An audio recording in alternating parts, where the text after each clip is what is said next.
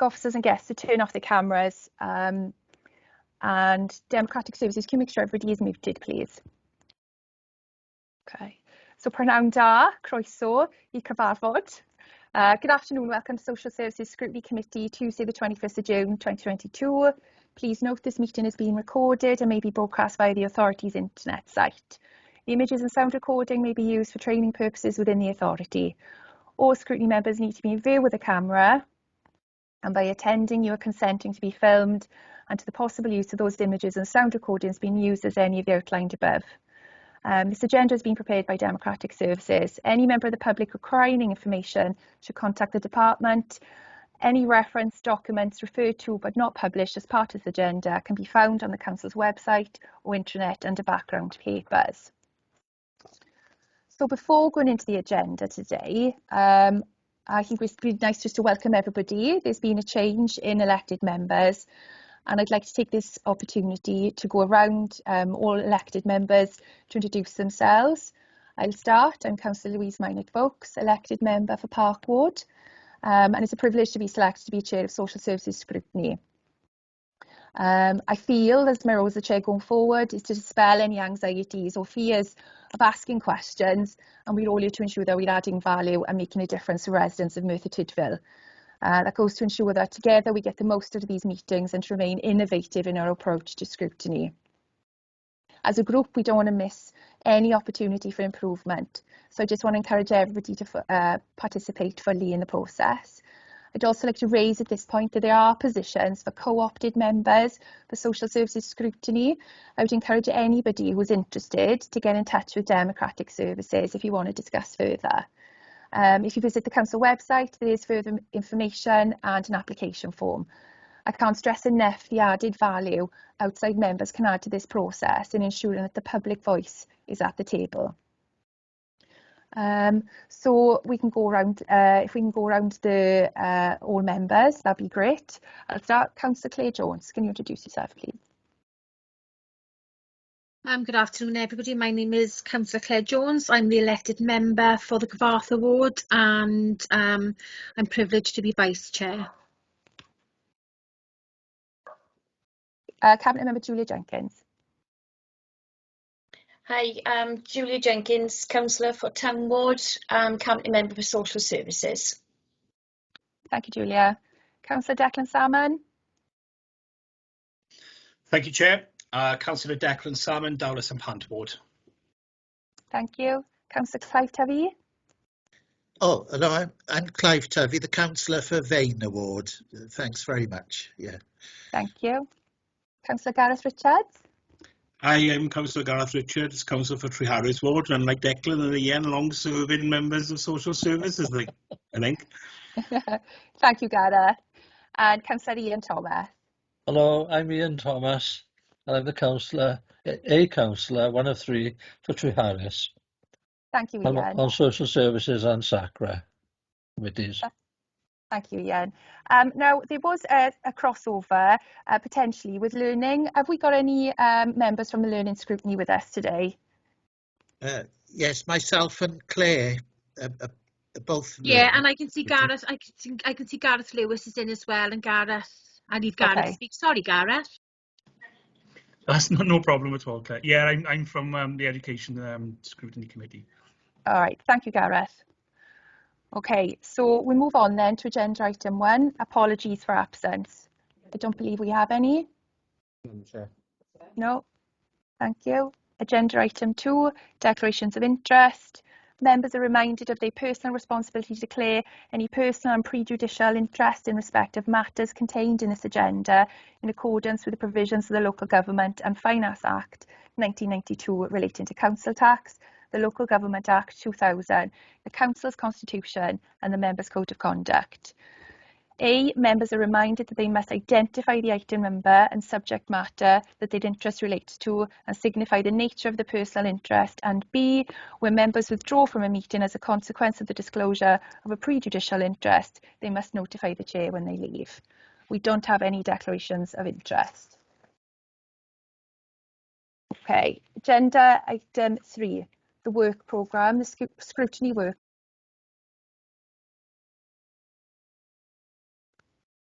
I muted myself then, sorry. So agenda item 3, work programme. Work programme is on page 15 to 16, so I'm going to take the report. I'll assume everybody's read the report and all of the reports are listed on the agenda. So this summary will be brief, and I'd like to ask officers as well to keep their summaries brief as well.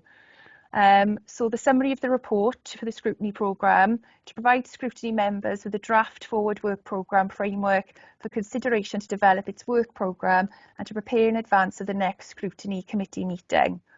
To agree the forward plan for meetings prior to the summer recess, including the agenda for this first scrutiny committee meeting after the local elections, and to remind scrutiny committee members that they need to consider the requirements of the Wellbeing of Future Generations Wales Act 2015 in all aspects of scrutiny work. So the recommendations of the report were for scrutiny members to consider Appendix 3 and use this when planning the forward work programme. 2.2, scrutiny members agree the forward work programme be developed and brought to the next scrutiny committee meeting. 2.3, scrutiny members agree items in the forward work programme up to the summer recess. And then we have the 3 appendix at the back.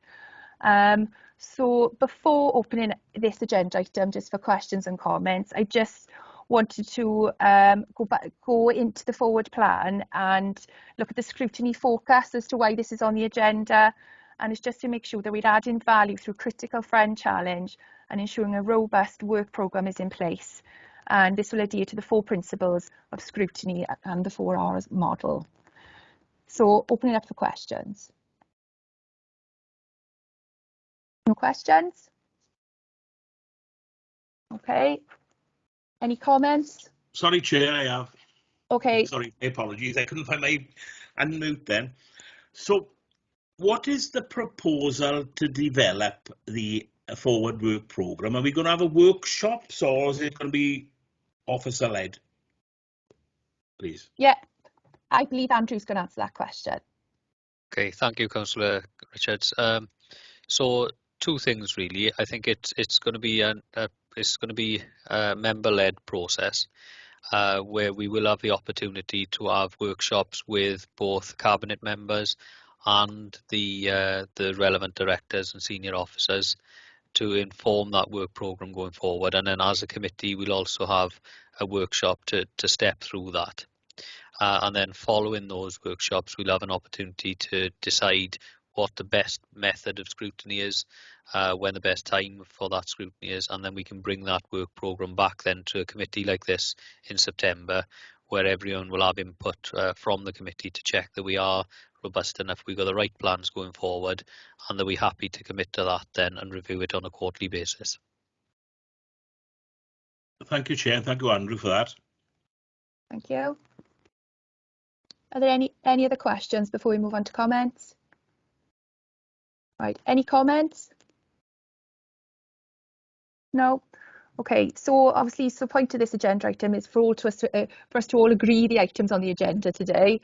And obviously, as Andrew have said, it's just to make sure that going forward, we've got that robust plan for September.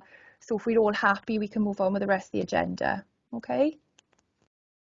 Okay, item number 4, scrutiny referrals. I haven't been notified if we've received any.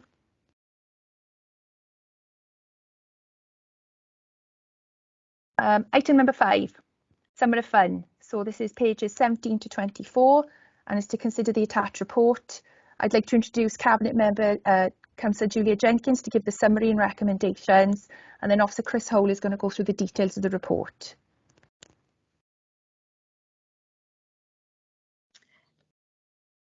Hi, can you hear me? Yes. Okay, this is the Summer of Fun Scrutiny Report. The summary report to enable members to review the approach to engage in the community in the provision of activities with children and young people aged 0 to 25 as part of the Welsh Government's recovery plan for COVID. 1.2, to highlight the challenges associated to the play agenda and ensuring independent organisations continue to move towards meeting identified quality standards and appropriate regulatory frameworks. And then we've got the recommendations. The scrutiny debate the contents of the report and note the approach taken to the distribution of funding in support of the Summer of Fun 2022. And that's the report. Thank you, Julia. Officer Chris Hole, can you go through the details of the report, please? Yeah, thanks for that, Councillor Jenkins, and yeah, thanks, Councillor Minette Vokes. Okay, in terms of the report, we wanted to bring the report to you because there was money that was distributed last year at the last minute from COVID, and we wanted you to be aware of how that distribution has taken place, because the intention to replicate that again this year within the summer period. So the background gives you, the introduction and background gives you how that originated because of the Welsh Government response to COVID, and the 3.2 identifies the amount of money at the point of writing this report we were aware of verbally from Welsh Government, £107,000, but we actually didn't have in writing. So that stopped the ability to actually take some aspects of it forward immediately, but giving some indication that there was a budget that was going to be forthcoming from Welsh Government for this initiative. In addition, there is money that's set aside by Welsh Government for national organisations to improve things such as library, museums, sports, etc. in Wales, across Wales, and for the ID. And I think what we were concerned about, which is why we wanted to make sure this came, is that we had 17 organisations involved last year, and the resources are limited. And if we saw that kind of level of demand again, then potentially lots of organisations could be disappointed, particularly if we didn't encourage them to work in partnership across the local authority. So in terms of 2021, as you can see where we were last year, we had £87,000 last year, and we looked at 3 levels of support. Universal provision in the community under 4.1. Then we looked at targeted work, which was around children with disabilities, so supporting parents to be able to afford to access children into registered formal childcare provision, and then support for some of our vulnerable families by encouraging them to use both universal provision and, where necessary, targeted childcare support. So during that year, and 4.2 just gives you some information about the numbers that went through that programme in terms of the support, the types of provision they accessed in terms of bilingual or Welsh medium provision, and the amount of provision that was commissioned, which was new for that summer, as opposed to existing provision within the communities. But it is important to say we are, in terms of the play agenda, absolutely reliant upon both formal childcare providers and open access voluntary sector provision right across the community. There is no resource within the local authority that delivers play from any type of core budget across the area. And a key challenge within that play agenda is about how we continue to support the providers to meet what were changing regulations a few years ago, which is about how much they can provide to children under the age of 12 within that play arena. So that's multiple activities, children freely choosing play, in order that they are compliant with the regulations which are now in force. So the way we are now talks about, under 5.1, talks about the Summer of Fun programme and the way that we were going to do it. So replicating what we did last year, the universal provision, so it's there in the community, and then the targeted approach. What we introduced this year, because there was a little more time to do it, was a selection panel to deal with the applications that were received from the community, involving a wide group of people that are all involved in play services, leisure services, youth services, across that 0 to 25 age range, in order that we had a balance across that spectrum of provision. There was a allocation that we sort of worked out in principle for each community in each ward area, which roughly was around £7,500. But we were also conscious that some providers provided provision on more than one ward basis, or we might have only one provider, such as a Bridging the Gap, that provides for all of the county borough in terms of children with disabilities. So it can't be a rigid approach to the allocation of funding in that way. So that took us on to, obviously, in terms of the where we want to be. At the time of writing the report, we were getting the information out to providers, so we needed providers to come in with their applications. for us to be able to meet as a panel and judge the applications that have been received, making sure there's a balance between weekly pay provision for families, as well as what Welsh Government would encourage in terms of national play days, in order to actually do that, and that there's a balance of provision across the age ranges. Also, the element about encouraging our community play providers to look more at the regulations and in how they compliant with the regulations. And we've used this grant money over the last 2 years really to draw those providers in to actually move them through the regulatory framework. And there's some play conference on the 9th of July where we'll also be talking to them about those regulations.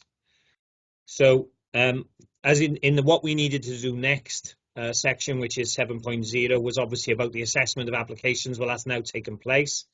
And now we're at the point whereby we are talking with the providers and issuing contracts in line with their applications. So if I can just, and I'm sure everybody is interested in, okay, where is the money going? The elements are, we've got 15 organisations who are having funding across the local authority areas, and we've looked to try and make sure there's a balance of that across the wards. But in addition, we've also collected the information for Fit and Fed programme, which is administered by Merthyr Tydfil Housing Association, because some of the organisations didn't have money out of the Summer of Fun, but did have it out of the Fit and Fed programme. So whilst it can seem that there might be organisations or wards missing out, they've actually accessed funding from other funding sources as well. And also the SHEP programme in terms of where those are being located. So I've put those onto a separate document because of the progress that's been made since this report was written. I'm happy to share that after the meeting or during the meeting. It's entirely up to yourselves. But I'm happy to take any questions that colleagues have got. Okay, thank you, Chris. Answering that first question, what you've mentioned about that separate document, it'd be grateful if you could share that, please. Yeah, now? Yes, please. Yeah, no problem. Okay. Okay, so I've got a couple of hands up already because we're going to be opening up for questions. So,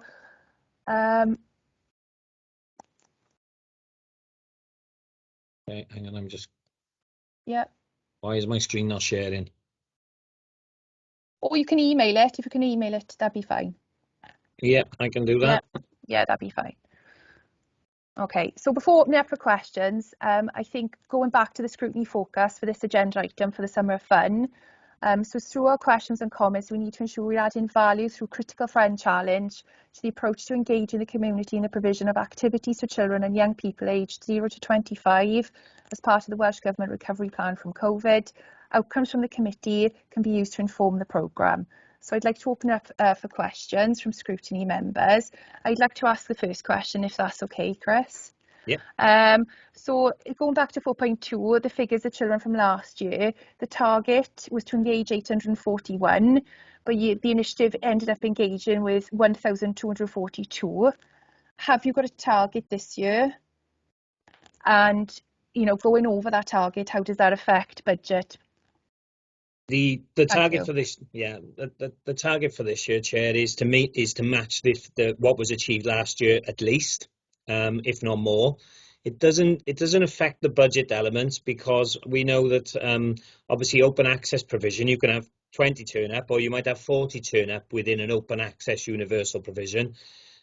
So, you know, what we've done, or what we tend to do, is rely with partners or work with partners on the advertising of those provisions. And there is a Summer of Fun page on the council's website which goes live to provide all the programme of activities throughout the summer that are funded from this Welsh Government grant, and that's a requirement of Welsh Government. But it doesn't really affect the budget figures in that respect. Okay, thank you, Chris. So we have a question from Councillor Gareth Richards.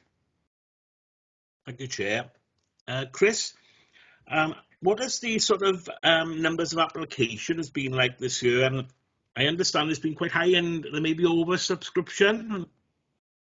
Well, that was certainly our fear when we started the process off. So what we did actually was ask people to ring up and so that we could encourage people to work in partnership, because we were conscious that the budgets are limited, and therefore we didn't want to just have a process whereby lots of organisations became disappointed.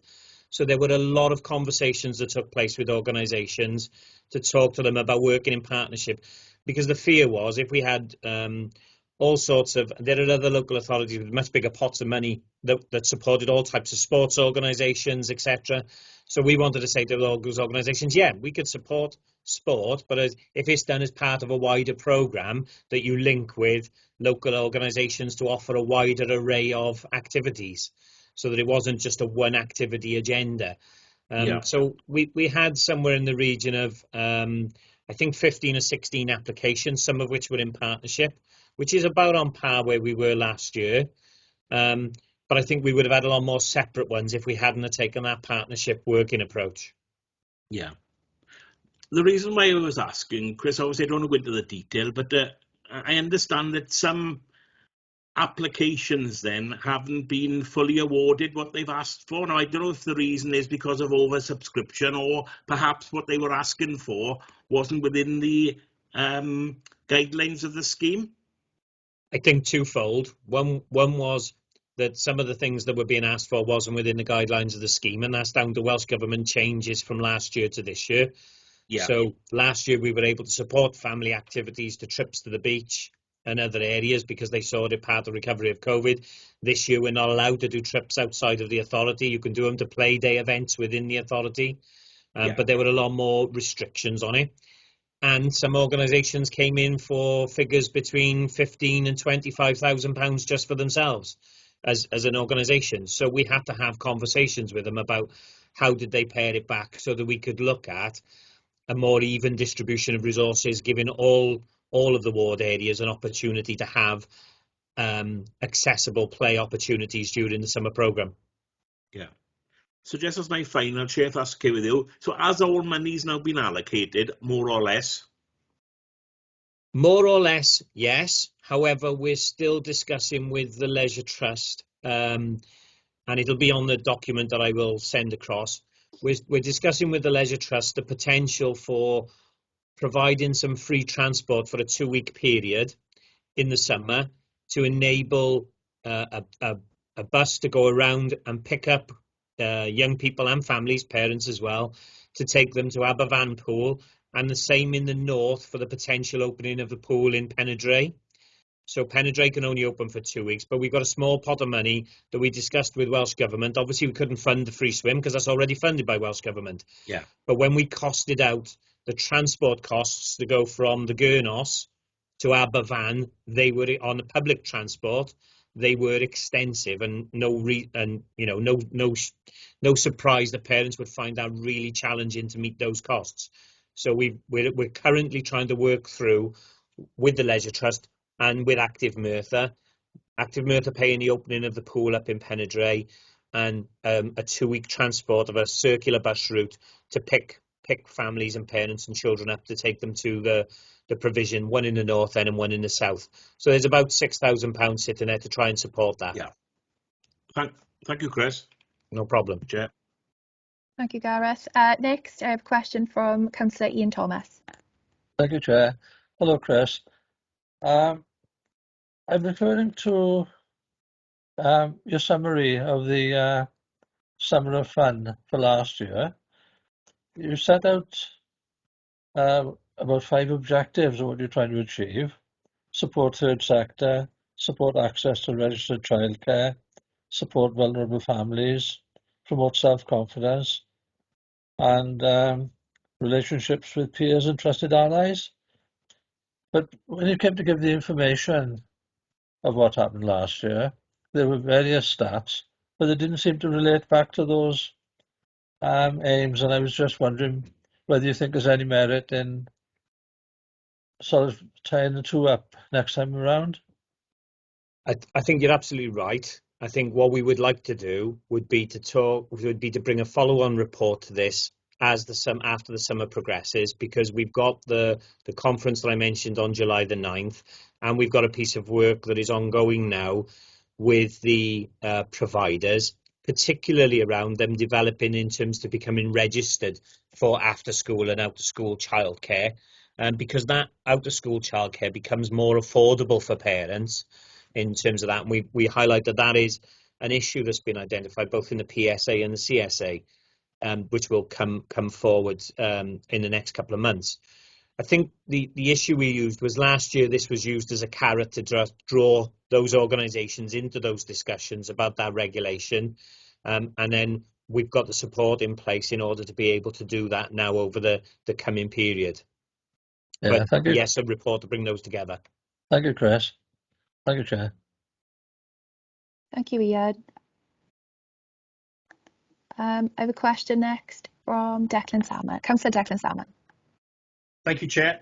I have two questions. First one, these are all in regards to 4.2, 4.3 and 4.4 of the agenda.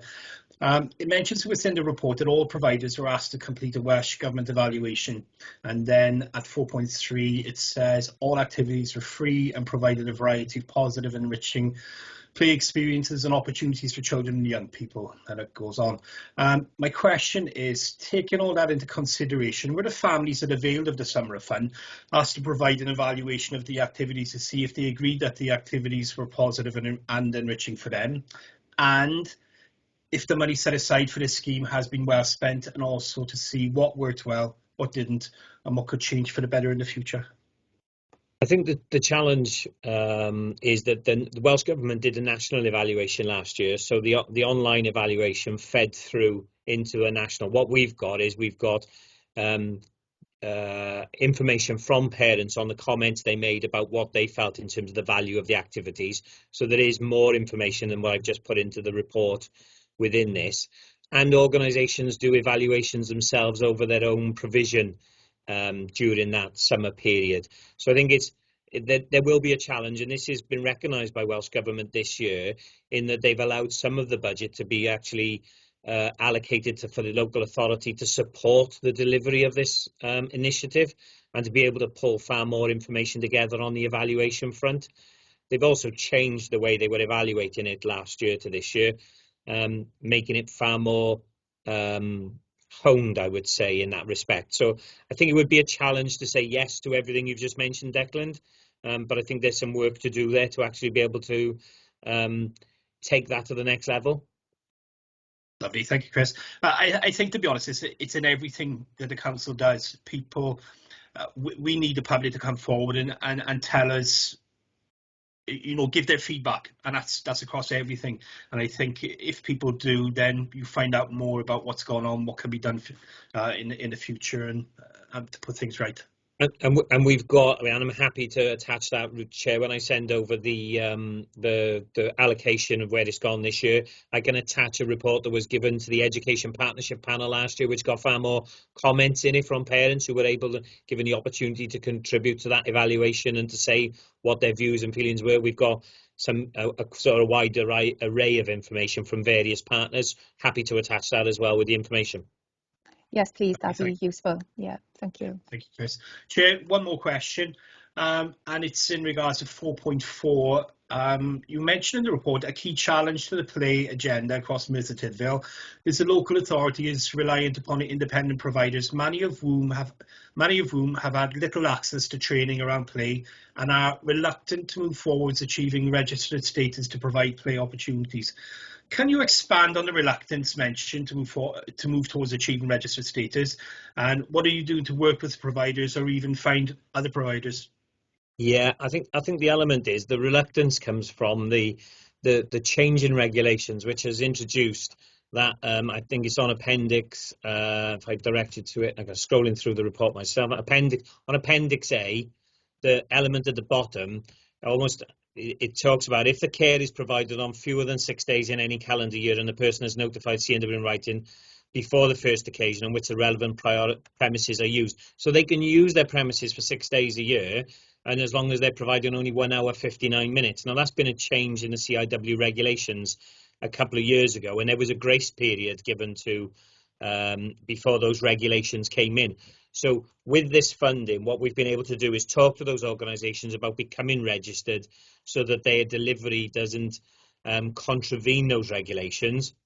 What we've got is a conference that we've set up. We've engaged a number of them now in training over the last year, in order so that they can start to move towards that registration. And we've just negotiated with Cymryd Ran, a childcare support agency, to actually work with those providers to go in and do a health check to see where they could be at in terms of that registration process. Because for us as a local authority, what we'd want to do is actually have more of them registered to deliver that childcare on a regular basis, which is open access childcare, rather than childcare where you book your child in and pay for them to stay all day and they're not allowed to leave. So it was a big change within the regulations for community organisations in that respect. Chair, just a follow. Thank you, Chris. Just a follow-on question. You said 1 hour 59 minutes. Yep. Does that mean if they're not registered, the children can only stay there for 1 hour 59 minutes? I presume if that's right, then attendance from children would have probably dropped off quite a lot, because it probably take half hour for parents to get the kids ready, and then have to pick them up in less than 2 hours. 1 hour 59 minutes for children under the age of 11, between that 8 and 11 age group, is what Welsh Government, in what the CIW regulations refer to, because 11 to 25, it can be classed as youth provision, and those regulations are no longer in place. But for that under 11 age group, particularly the 8 to 11, because you tend to find children of 0 to 6, 0 to 7 informal childcare, because you wouldn't want a 6 or 7-year-old just wandering in and out. But that 8 to 11 age group, the regulations state 1 hour 59 minutes. Other than that, you should be registered. Okay, so, thank you, Chris. Thank you, Chair. That's okay, thank you. Councillor Ian Thomas, you've got your hand up. Have you got another question? You're on mute, Councillor Thomas. Sorry, Chair. No, it's a legacy hand. I beg your pardon. It's fine. I just don't want to get confused. That's all. It's okay. If you can know it, there we go. Lovely. Thank you. Okay, so are there any more questions before we move on to comments? Sorry. Councillor Salmon? Really sorry, Chair. I do apologise. Chris, I'm thinking about this 1 hour 59 minutes and those organisations that aren't CIW registered. How many organisations are coming through the pipeline now to actually get registered?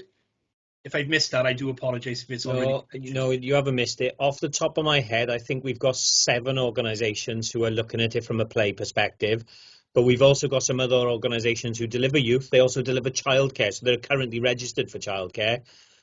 So it's about them changing their registration status to encompass the older age group. But those who are play and have never been involved with Care Inspectorate Wales before, I think it's 6 or 7 we've got who are currently now looking at it, that we're talking to the business support organisation with around Care Inspectorate Wales regulations. Lovely, thank you, Chris. And I am finished this time. Thank you, Chair. It's okay, Councillor Salmon. Councillor Claire Jones, did you have questions that you were going to ask on behalf of Councillor Jamie Scriven in relation to this report? Yeah, do you want me to do the first 4? Louise, are you okay with that? I'm fine with that. Yeah. So Chris, let me just bring this down so at least I can see your face as well.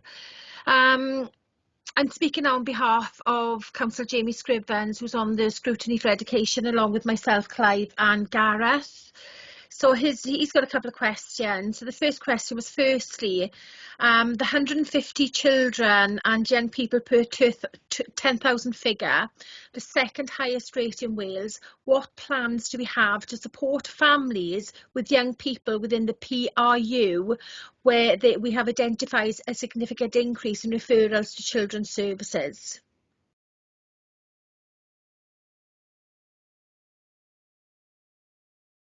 Chris, you're on mute. I'm on mute. I know I'm not. So sorry, Chair. Yeah, you're right. I was on mute. I'm trying to follow the question. 150 per 10,000 in the PRU. I'm not sure. No, he said, firstly, the 150 children and young people per 10,000 figures, the second highest rate in Wales. So obviously that was, let me just get me. that was part of the report we had yesterday as well. So he's asking, you know, what plans are there to support families and young people within the PRU facility as well, where they've been identified insignificant increase in referrals to the children's services. Because I mean, obviously, going into that now, you're talking about the summer of fun. You have got quite a lot of children who are known to the services as well. Are they going to miss out as well because they're not going to be able to join the provision because their parents may not want to take them? You know, I think you have got quite an increase in there. Perhaps that's another question. Let me go on to the second one for a minute. I'll pick it up. Let me try and answer some of it in terms of, I think we've worked with one of the organisations I supply does extensive work with the PRU, and that provision is being funded for that particular area. But also those young people obviously come from all over the borough. So the ability for them to be directed towards the engagement in their local community-based provision. But there's also the two targeted approach we got, one which probably doesn't impact upon the PRU, which is an approach with children with disabilities team. But the other one is where those young people may be involved with team around the family approaches, they can be supported to access provision both in their local community or in a specialist targeted way through that element, and that's looked at separately by a panel who look at allocations into provision in that. But we have in the past, over the past year, through another grant, we have supported the development of more play facilities and equipment for the PRU, plus training for some PRU staff to encourage play up in the PRU, because there is a recognition that yes, those young people come from all over the borough, so play can be a useful tool to actually look at the social needs of those individuals. Yeah, because he's also asked as well, how are the young people within corporate care supported to participate in mainstream youth and education service activities? I mean, I'm not sure if Tarim... Hang on. Claire, are we making sure that these questions in relation to the content of the report? I asked you earlier, Chair, and I said about the first 4 questions and you agreed to that. I mean, the last, if we're talking about summer of fun, then it's the last question that comes in with the summer of fun. Okay, if we can just make sure we're asking the question of the summer of fun then, please, Claire. Yeah, I mean, the second question that I just asked, Chair, would realistically come around the summer of fun, because he is asking about individuals. But the question then for the sum of the fund, how are we allocating funding? This is Jamie's question, Councillor Jamie Scriven's question. Are we making the most out of this to support smaller organisation and groups supporting young people from marginalised backgrounds and care settings, etc.? I think, you know, what we've done with the Summer of Fun is try to actually make sure that that's been spread in terms of the word of it, and the information about it has been spread across all community groups, and it's relied upon an application process. We've had some challenges last year when we did the programme, particularly around some of the marginalised groups, because there was a struggle to get staff in, but we haven't had some applications. So I'll give you an example, which was the Gypsy Traveller site. So there was an application last year for that area, which didn't get off the ground because they couldn't get the staff in, but we haven't had an application from them this year. But they were part of the distribution of information around the communities and around the groups in order to look at that. But a number of our settings, the Engine House, the Stevenson George, and a number of others actually work alongside some of our more challenging young people and those from marginalised backgrounds in order to get them involved in the provisions.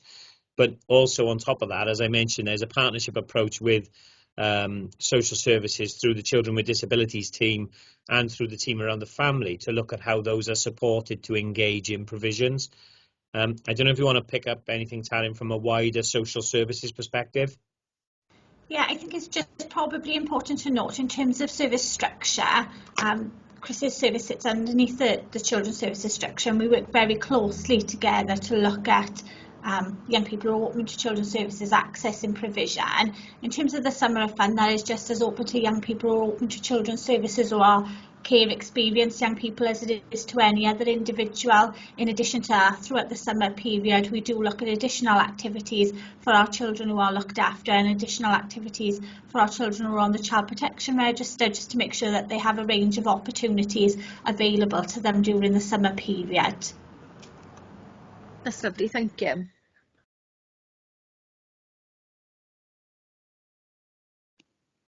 Thank you, Claire. Thank you, Chair. It's okay. Councillor Clive-Tuvey, have you got any questions?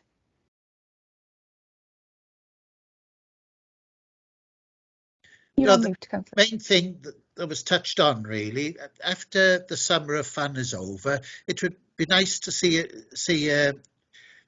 the final report brought forward showing the benefits the community had, you know, but it's been alluded to that will be done anyway. So I think that's the main thing I'd like to see, because at present we're not quite sure what's going to happen, like, you know, but I'm sure it's going to be a success anyway. But Thank you, Councillor Tuvey. Yeah, we'll bring that report forward, Councillor Tuvey, with the evaluation information in it as well.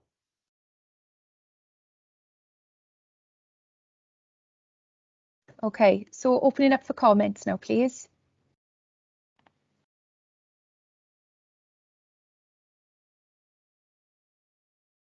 No comments from any members? Okay, so revisiting the recommendations of the report, scrutiny to debate the contents of the report and note the approach taken to the distribution of funding in support of the Summer Fun 2022. Are we happy to recommend that we've done that?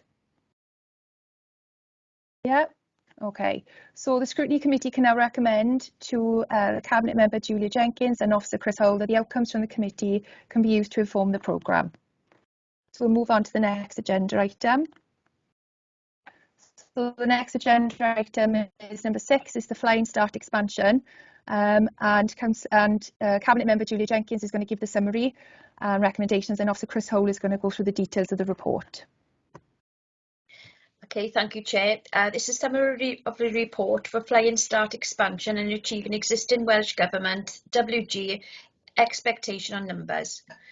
1.1. The report explores the data and presents an option from Phase 1 of the geographical expansion of Flying Start that is required by Welsh Government in preparation for September 2022.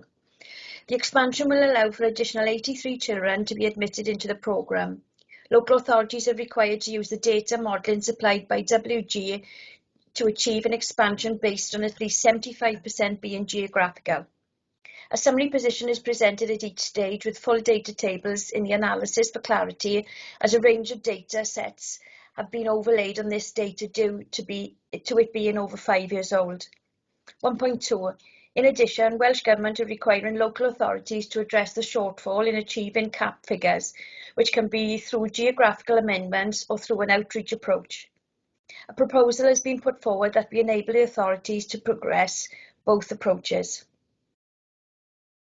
Do you want me to read the recommendations now or after?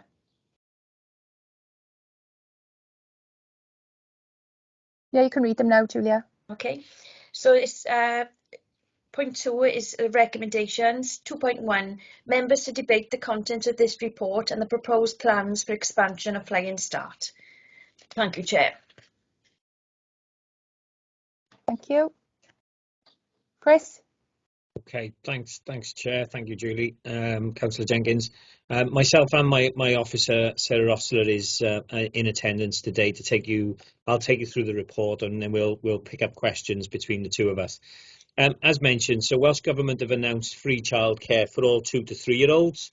They've given no indication as yet how long that will be over in terms of the expansion, but they decided that the way to achieve that was through the expansion of Flying Start. And at the time of writing the report, it was all 4 elements of the Flying Start programme will need to be expanded to become universal across the county borough and eventually across Wales. That starts in September 22 with that expansion of 83 children coming into the programme. In terms of the expansion, I think if we go straight into 4.0, what that, and I think it's, sorry, It's important to note that our current cap figure is 41% of children aged 0 to 4 across the county borough. So there's still 59% of children who don't have access to Flying Start. So it's important to note that. So the 83 doesn't make a huge difference to that. And it's going to take a number of years to get that full expansion happened. But what we've done is set out in 4.1 for you is the lower super output areas that are actually already included in Flying Start, and that's on table 1 in column 2, and the lower super output areas that are currently not Flying Start. Now, Welsh Government released information to us which was around both the poverty data and the DWP work and pensions data for Flying Start areas, and the 16-17 population data, in order to say this is what we would want you to base your analysis on. We challenged that with Welsh Government, and they insisted on using the poverty data, but they were happy for us to overlay other sets of data to actually make our planning far more accurate. So within that, we've looked at, in terms of where we are now, is the 4 wards that come out as the highest level of need within the county borough, and that's based upon Appendix A. This is in 5.0. Park 3, Rayner 1, Treharris 4, Plymouth 3 and Town 2. That's based upon the poverty data, and those are shown in Appendix A, and you can see they're highlighted red. We overlaid that data then with the mid-year population estimates for 2020, which would be more robust in terms of our planning arrangements. And that then is in Appendix B for those areas that are currently not Flying Start. In addition to that then, we looked at health visitor caseloads and registrar data because we're all aware that the one element of this which will be controversial with parents is access to childcare. So we need to make sure that wherever we expand to, the childcare is available in terms of being able to access it. And it's important to note the Welsh Government requirement of childcare is that it's within a 15-minute walking distance for families. So we have to be able to actually know that there's childcare available in that area. So we've done the analysis piece of work around the childcare needs, how much would be needed for each ward area that's currently not Flying Start, to see what is achievable, because in some areas there would be requirements of new buildings, new providers coming on board, creating new businesses, models, etc. So under table 3, you can see that the Park Ward, Park 3, which was our 10% area, actually also had childcare available within the college in a Here We Grow day nursery, and they were able to accommodate more than we needed automatically. So what we had was a lining up of both the Department for Work and Pensions data around child poverty, the Welsh Index of Multiple Deprivation for the ward, and the ability to have childcare available in that ward quite quickly. Now that was extremely fortunate in terms of how that data lined up in that respect. So that came out as our preferred option to be able to have an expansion for September, and really then looking to see in years 2 and 3 of following the expansion how that might extend to the 20%, the 30% and the 40% upwards model that is outlined. But at this point we're focused on what we would do for September. There is a discussion we've had with Welsh Government, because there is a requirement within the plan that has to go to Welsh Government that we increase Welsh medium speaking places. We actually contract with every provider for childcare across the county borough for formal registered childcare preschool, and therefore we've got the ability to allocate provision into Welsh medium for those families that require it, with a number of childcare providers. So Welsh Government were happy with that, rather than seeing us start a new Welsh medium provision, which we would never get off the ground by September of this year. So that's the proposal in terms of the new LSOA areas coming in. Under 5.5, achieving the existing cap. What we had last year was 1,000 in 5.5. there's 1,013 children who benefited from Flying Start, demonstrating why we're under cap, or the fact that we're under cap. And this really relates to a couple of things: falling birth rates, for one, within communities, the change in some communities in terms of areas being demolished, like in the Aberfan area, but mainly it's down to the falling birth rate. So in terms of achieving that cap, Welsh Government gave the option to be able to expand and put right some provision within existing geographical areas. So if I use an example, we have geographical areas within the Treharris area, Springfield Rise, which currently is excluded from Flying Start, but being able to bring that into the programme would encapsulate some more families who would be eligible, who have children in their 0 to 4 age group. So there are a number of areas that we would want to bring into the programme. So in terms of that expansion, as I mentioned, under 6.0, we're proposing Park 3 be designated a Flying Start LSOA. And it's proposed that we bring in the areas in Appendix, I'm going to scroll through a minute. In Appendix D, there are a range of areas there, the 10 to 30% areas, which we would propose to bring into the programme, which would write some of the areas who are currently streets that are currently excluded from the Flying Start programme, bringing in those whole LSOAs. And some of that relates to the original setting out of the programme, which was based on school catchment areas, not LSOAs. So it's an ability to take the chance to rectify some of those, while still leaving us the opportunity to develop a wider outreach approach, which will look at the needs of individual families who live outside of Flying Start geographical areas, to bring them into the programme to ensure that we work up to cap. And that would be done upon health-based assessments with health visitors that the health colleagues already use, and they use an acuity tool and a freight tool to look at the resilience of those families and to look at the needs of those families to decide about bringing them into the programme. The reality is we won't be able to accommodate everybody into the programme, and this is going to be a phased expansion over time.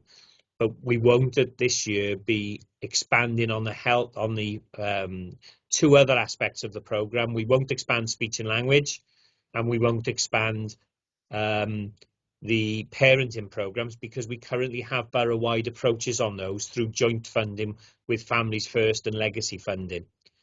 So with this focus will be on childcare and health visiting for families for that 0 to 4 age group.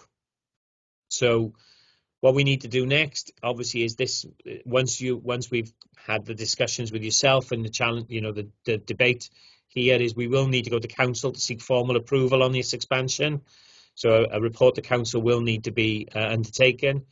We will need to work with the childcare provider in Park 3 to make sure that they are sustainable for the future in terms of the delivery of that programme, because obviously if they expand their business, they want to be sure that they're not going to run into difficulties themselves. We've worked with health to agree the approach, and health are confident that they can meet the requirements around the health visiting.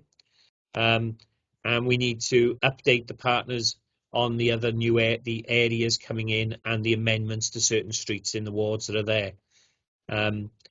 We then have to look at the wider expansion of Flying Start, which is about scoping out how we meet the challenges going forward in phases 2, 3 and 4, which will, as I say, in some cases, there are no businesses, childcare businesses in some of those LSOAs, and there are no facilities in some of those LSOAs currently to provide childcare. So there's a significant piece of long-term work to do about the expansion of the programme. And that's the summation of it, Chair, taking you through the challenges that's associated with it. Okay, thank you. So before opening up for questions, I just want to take us back to the forward plan and the scrutiny focus for this agenda item, adding value through critical friend challenge and scrutinising data to inform plans to expand the Flying Start programme, and scrutiny outcomes can be used to report to council to close the loop. Okay, so bear with me. Let's have a look at. I've got hands up. Before a question comes in, Chair, can I note there were 2 errors that were picked up on the report.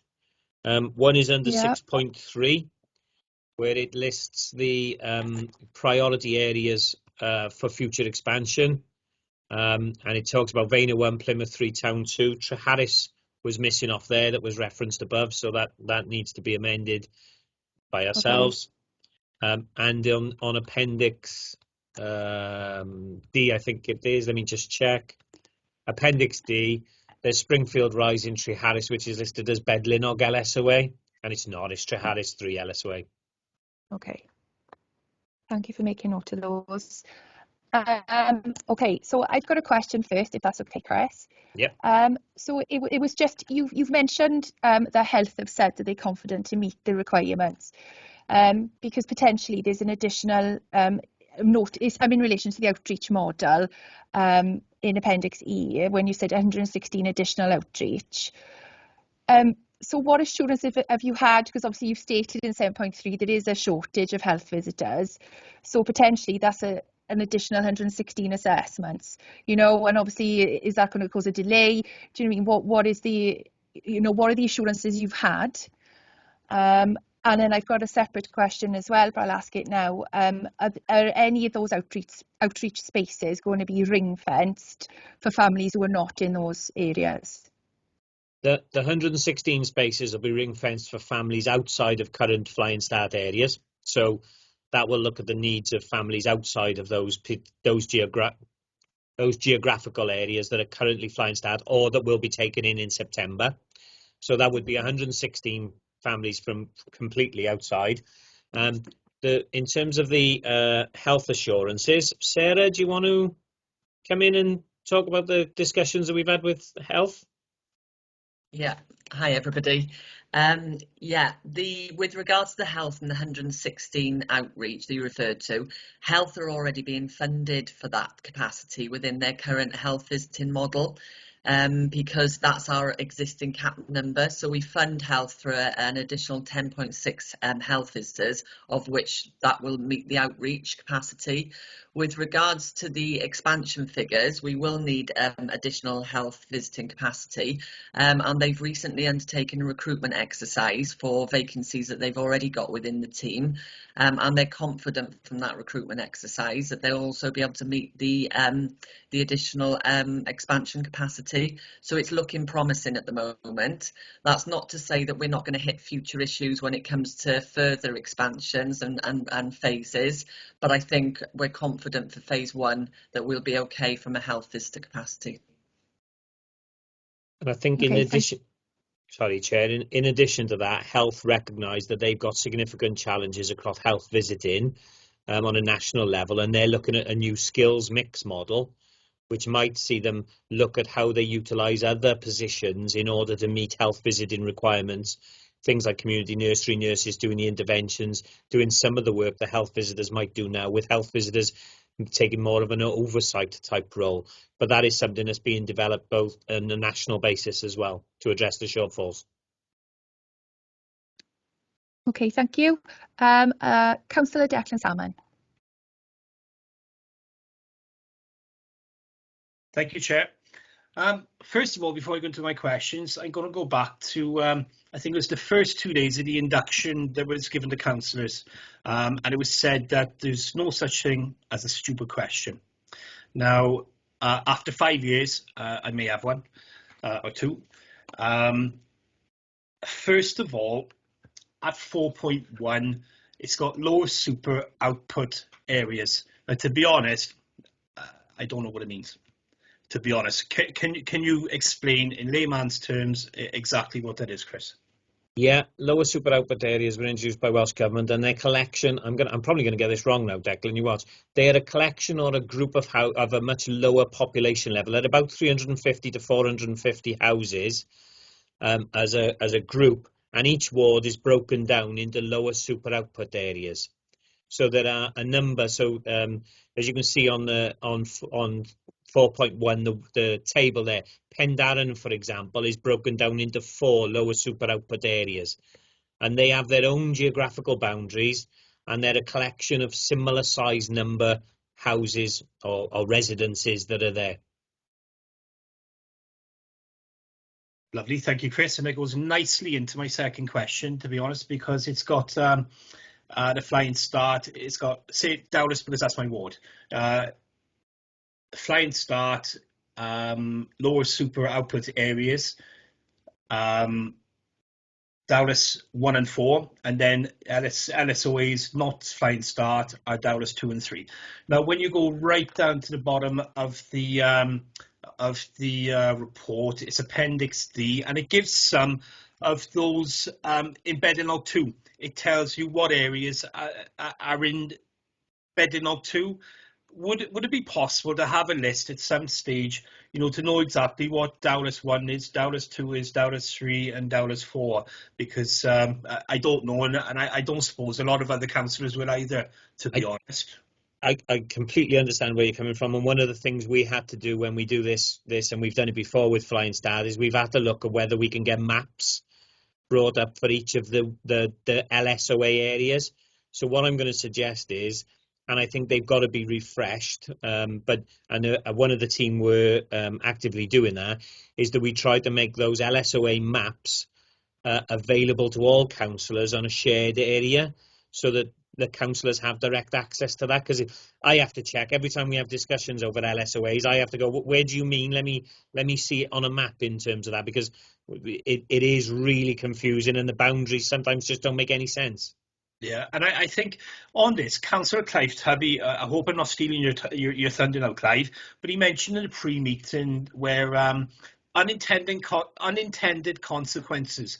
Where they build, sorry, Clive, if this is your question, you've got to bring this up, and it's about Treveccan, where they build Sweetwater Park, and they're building a new estate as well. The unintended consequences of building those estates is that some areas then will come out of being Flying Start and affect people that are on lower incomes, and where those children need need those opportunities. I think I'll pick it up. I understand what you're saying. First of all, no areas come out of being Flying Start. Any area that's been agreed as Flying Start has remained as Flying Start throughout the county borough. But you're right, sometimes when you build, particularly in terms of where there are new builds happening, it can distort what the poverty or the deprivation information looks like. So you do have pockets of high deprivation surrounded by wealthy estates, which then can delay their access to Flying Start, or in other, has caused problems, because there are estates where there are high deprivation surrounded by poverty, or they're surrounded by wealthy homes, which it affects the planning and the way that can happen and roll out. Lovely, thank you, Chris. Thank you, Chair. I've got one recommendation. I'll bring it up in comments. Thank you. Thank you, Councillor Salmon. Next, we have Councillor Claire Jones. Thank you, Chair. Sorry, but this is a question from when Chris was speaking. Chris, in 1.1, when you say in the summary of the report and what it explores, and you mentioned the 83 children, can I just ask, have Ukrainian families been brought into this consideration as well? Because obviously we've got Ukrainian families coming in, and they are wanting more Ukrainian families to be joined with Merthyr and be welcomed into Merthyr. So I'm wondering, have they been included in this report at some point, please? They haven't been highlighted as a specific group, but because part of the LSOA, as I said, the geographical requirement from Welsh Government means we've got to expand on a geographical basis, and we don't know where some of those families will be residing, but they will be considered as part of the 116, the outreach approach. Brilliant. So. But I think we've been involved in the meetings around the Ukrainian refugees within the local authority, and we are constantly monitoring to see if there are any families coming through that would be within that Flying Start age range. Yeah, because obviously they are, with the Ukrainian centre that they have, I know they are hoping that Merthyr can welcome more families in. Yep. So, I was just told you've answered my question, so thank you very much. And just for everybody's thing, Sarah's just texted me to say that an LSOA is between 650 households and around 1,500 people living in an area.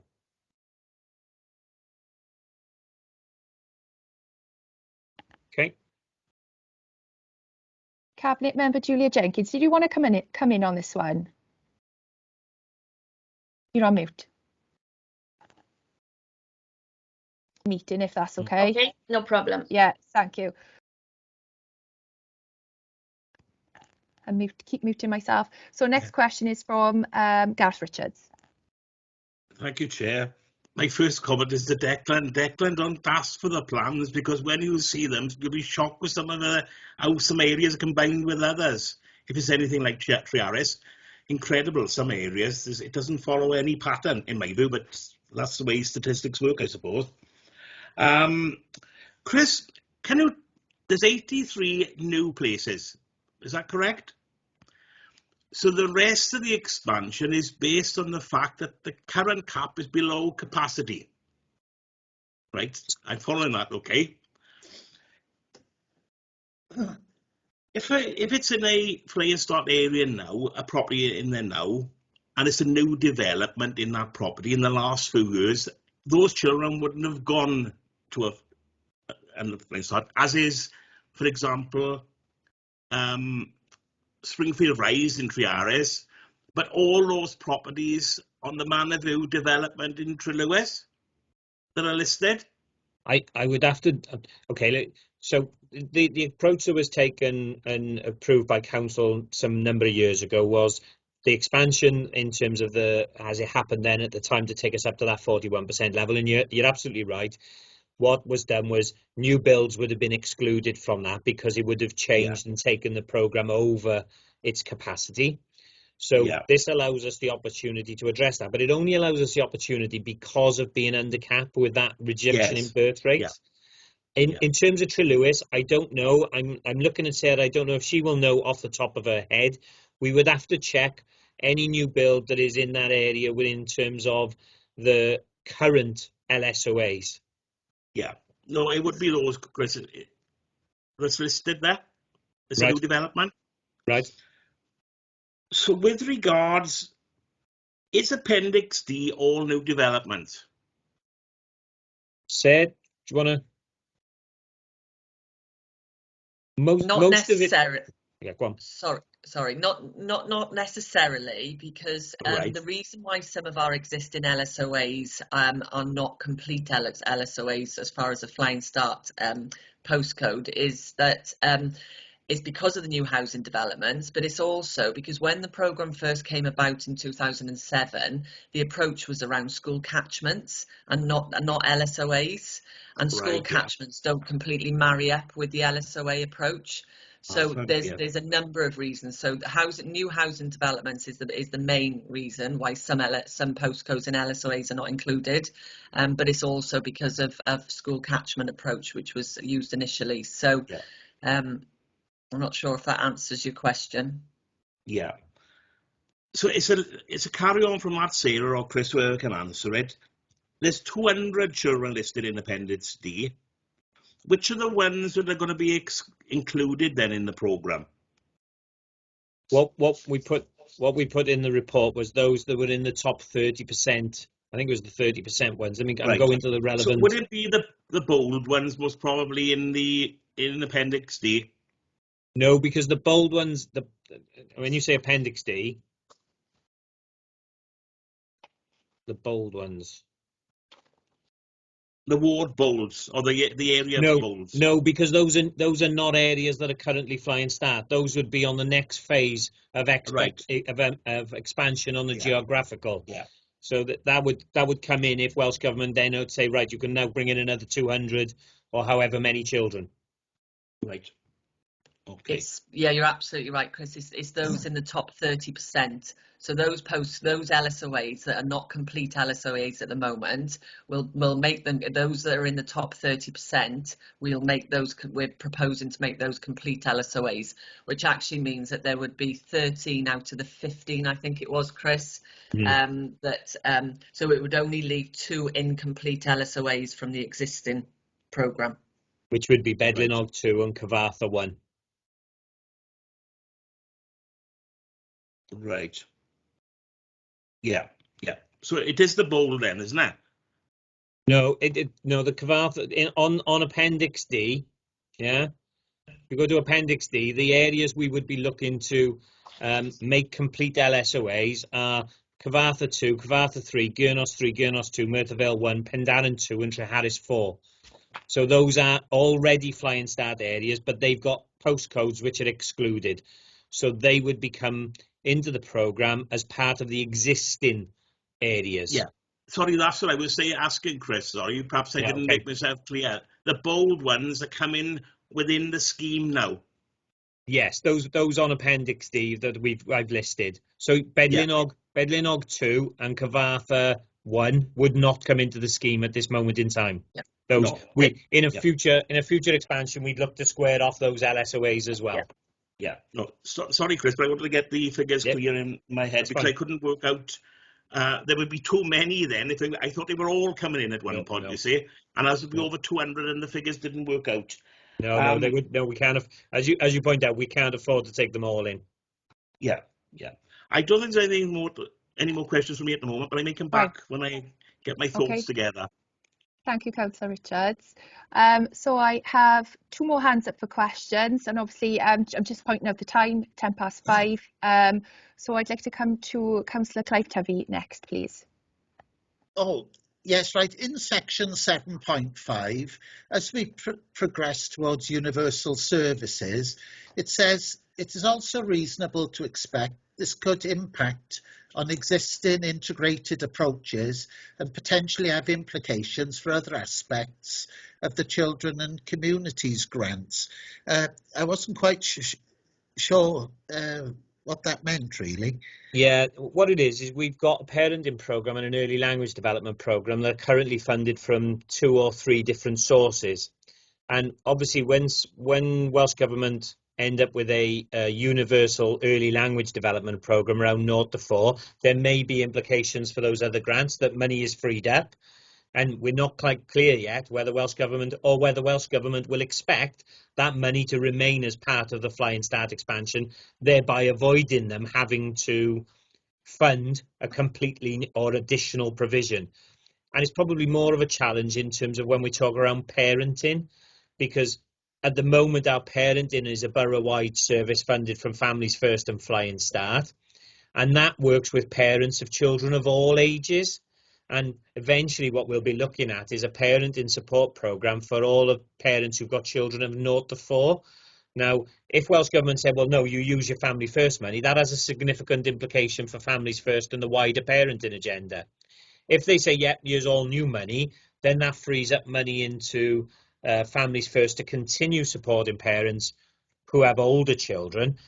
But it also means there's less flexibility and less resilience in those services because there will be a smaller pot of money.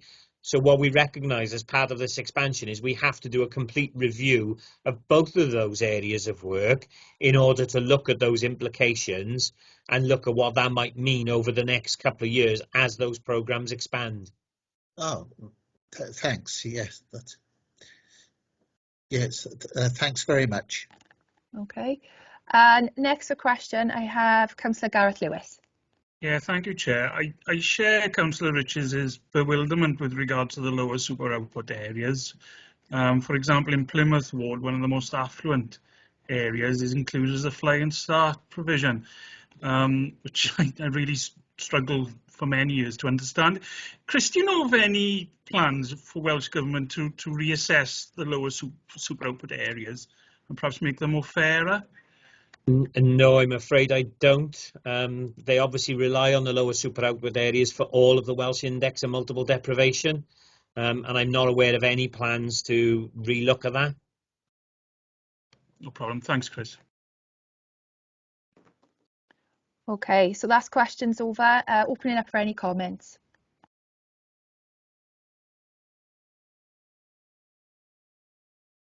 No comments from anyone? Oh,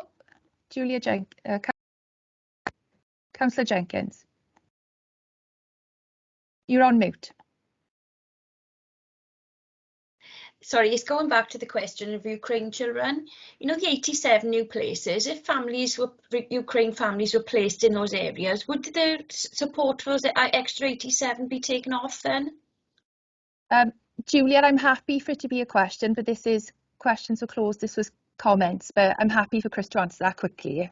If the families were placed in that new area or in an existing Flying Start area, they would automatically become eligible for Flying Start. Right. So okay. that it would just be by being, it's based on their postcode. They would automatically become eligible. Obviously, if they've got a child in a 0 to 4 age group. Okay, thank you. All right, thank you. So if there's no other comments from any other members, if we go back to Julia, can you lower your hand, please? Oh, Declan, is it a comment? It's a comment, Chair. Yeah, our recommendation. I do apologise. What it was, to be honest, and it goes back to no stupid questions and that sort of thing. If a member or a member of the public is reading this and they're not very well versed in a subject, and it's not just this subject, it'll be other subjects. And to be honest, this mostly goes for education, but sometimes in social services. I was hoping that where abbreviations are given, maybe because there's no paper involved, it's a report online, it's digital, so it doesn't cost any money, that some things like lower super output areas, the LSOA, if the longer version could be put in the report all the way down, to be honest, because for someone as old as myself, when I forget, very forgetful, to be honest, and I've got to look back up to the top of the page, you know, where the explanation of the abbreviations are given, and it just makes it a little bit easier for us and maybe members of the public as well. It's just a recommendation. Thank you very much. Thank you, Councillor Salmon. Next, we have a comment from Gareth Richards. Thank you, Chair. I just want to echo what Declan has just said, really. It was something I was thinking of this afternoon. I was going to bring it up, but I forgot. So I'm glad you have, Declan. It's quite hard to follow, really, when they are long acronyms like that. So perhaps Andrew would take that on board, perhaps as well, for other committees, please. Yeah, that's noted from the committee, I think, and we'll reflect that back to officers when they bring reports back to us in the future. Okay, next hand I have Taryn Stevens. Just to confirm that I'll take that comment back to the Director for Social Services to inform our reports moving forward. Thank you. And last comment is from Claire Jones. Hi everyone. Please excuse my ignorance on this because obviously I'm new to the scrutiny. So can I don't know whether this is appropriate to say at the moment. So Chair, please shoot me down at any point. I'm quite happy with that. Chris, can I just ask, you know with the new people coming in for the Flying Start from 0 to 4, is there a possibility, or is it part of the individuals that come in, do they have trauma-informed training? Because I just think, you know, the 0 to 4s and with the Flying Start, I'm just wondering, with everything that's going on within the areas, I'm wondering whether they do get trauma-informed training. In terms of our child, yeah, I think if you mean the staff who work with the families. Yes, I do. Yeah. I do apologise, Chris. Yeah, no, it's okay. I don't know if Sarah's still there. We've got a range of training. Yes, some of them access trauma-informed training. We do things like motivational interviewing training for our parenting workers. Our childcare settings have had some trauma-informed training as well, I think. So there's a range of training that actually takes place. Including trauma-informed, in order to equip the staff to be able to work with with the different client groups. That's wonderful. Thank you ever so much for that. And like I said, I do apologise, Chair, because I didn't know whether that was appropriate or not, but it was just something I had to say. Thank you. Councillor George is perfectly fine. A lot of us are new here. It's okay. We're all learning as well, but we're all here to do the same thing, aren't we? To get the best outcome. All right. Okay, so revisiting the recommendations of the report. Recommendations 2.1, members to debate the contents of this report and the proposed plans for expansion of Flying Start. Are we satisfied that we've done that? Yeah. Okay, so the Scrutiny Committee can recommend to Cabinet Member Councillor Julia Jenkins and Officer Chris Hole that scrutiny outcomes can be used in a report to Council to close the loop. So at this point, I'd like to, well, it's okay for Cabinet members and officers to leave. We'll still be recording for the following agenda, for item 7 onwards, but thank you for your attendance. Thank you, Chair. Thank you, Chair. Bye. Bye. Okay, item number 7, report recommendations. And it's, did we address the recommendations in each report and have we added value?